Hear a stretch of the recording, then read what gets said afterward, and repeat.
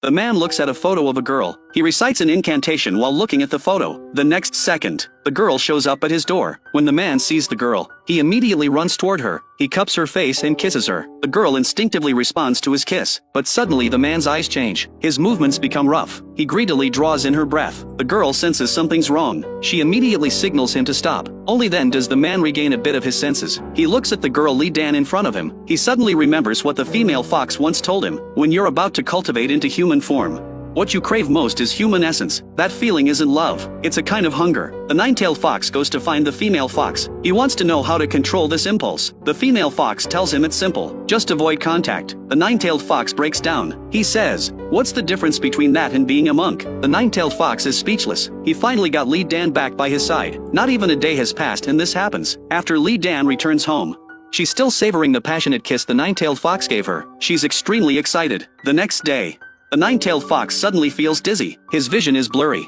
He doesn't know what's wrong with him. He wants to lie down and rest for a bit. After Li Dan gets to the classroom, she learns that the professor called in sick today. Li Dan is very worried. She immediately goes to find the nine-tailed fox. Sure enough, the nine-tailed fox looks pale. Li Dan anxiously comes forward to check on him. The nine-tailed fox is sweating all over. In his daze, the nine-tailed fox hears someone calling him. He slowly looks toward Li Dan. At this moment, Li Dan looks incredibly beautiful and alluring to him. He suddenly has an uncontrollable urge. He pulls Li Dan toward him. Just as he's slowly getting closer, Li Dan calls out to him. The nine-tailed fox immediately snaps back to his senses. He deliberately avoids Li Dan. He asks her to go outside for a moment. Li Dan is a bit confused. The female fox senses something abnormal. She immediately rushes over and pulls Li Dan out. Li Dan says directly, "I know you're also a nine-tailed fox, but I just want to know what's wrong with him." The female fox tells her, "Even if I explain, you humans might not understand, but one thing's for sure, you have no idea what species we are." As Li Dan passes by her senior, the senior asks if she's been feeling unwell lately. He says she's lost so much weight in just a few days. Li Dan hasn't noticed anything unusual herself. She goes back and weighs herself. When she sees the number, she's shocked. She's lost 10 pounds. Li Dan wonders if her essence has been drained. She recalls the nine-tailed fox calling her. He said it would be better for them to keep their distance for a while. At the time, she didn't quite understand. The nine-tailed fox told her that after retrieving his bead, his essence was insufficient. If he's with her, he'll instinctively drain her essence. She'll be in danger.